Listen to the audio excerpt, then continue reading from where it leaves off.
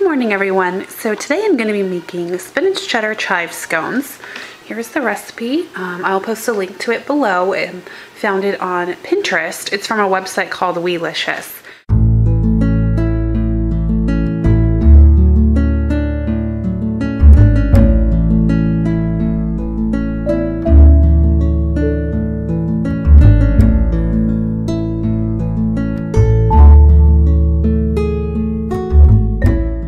Step is to add the first 4 ingredients, which is 2½ cups of flour, 1 tablespoon of white sugar, 2½ teaspoons of baking powder, and 1 teaspoon of salt. So I'm going to go ahead and do that here. So I've added the first 4 ingredients of flour, sugar, salt, and baking powder, and now I need to add ½ a cup of unsalted butter. So it's supposed to be chilled and cut into cubes. So I'm going to do that now.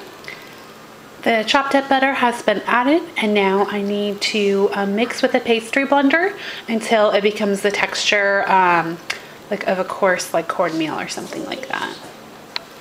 Next, we need to add ½ cup of finely chopped fresh spinach and then 6 to 8 chives. So I have that here, so I'm going to chop it up and add it to the mixture.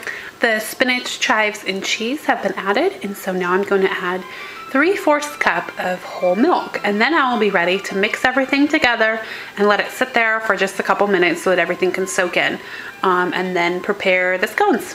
I've mixed the ingredients together and let them sit for just a little bit, and now I'm just going to knead it with my hands a little bit more just to get a bit more combined because it's really crumbly, and then I'm going to put it on a lightly floured baking sheet and form it into an 8 by 8 inch square, and then cut the dough into 9 even squares. So I formed the dough. Mine turned out more into a circle form, and so I just decided to cut it into 8 even square triangles. It called for 9, but mine will just be a little bit bigger. I figured it'd be a lot easier to get them a little more symmetrical this way. So I'm gonna set these on a parchment lined cookie sheet and then stick them in the oven. We are all set to go. So these are going to be put into a preheated oven at 400 degrees, and they will cook for about 25 minutes until they're light, very light golden brown.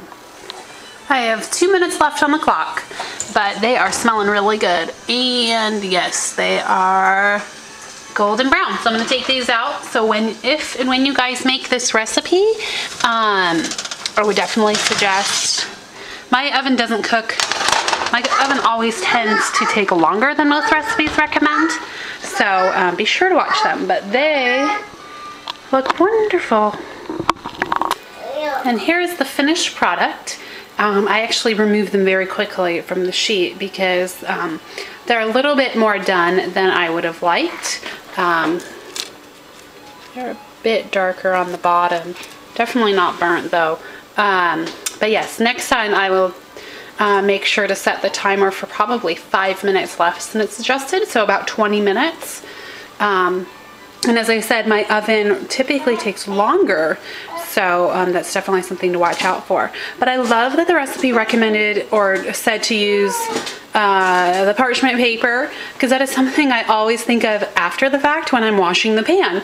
So, you know, it's still pretty clean, but it's nice just to throw that away and rinse off the pan and be done with it. So anyway, I'll give these a try and I'll tell you how it goes. So here we are. What do you think? Take a bite. Take a bite.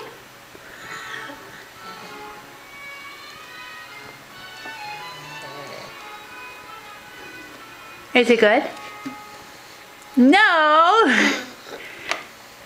Do you like it? Yummy? Yeah? Can you say scone? Scone. Yum yum. No. Well, she must like it because she's eating it. If she didn't like it, she would spit it out. Anyway, I think it's really good. I definitely love the flavor. A little bummed because it cooked a bit too long, so it's not as, I don't know, done to the consistency that I would prefer for a scone. They're a little overdone, but they do taste really good. Do you like it?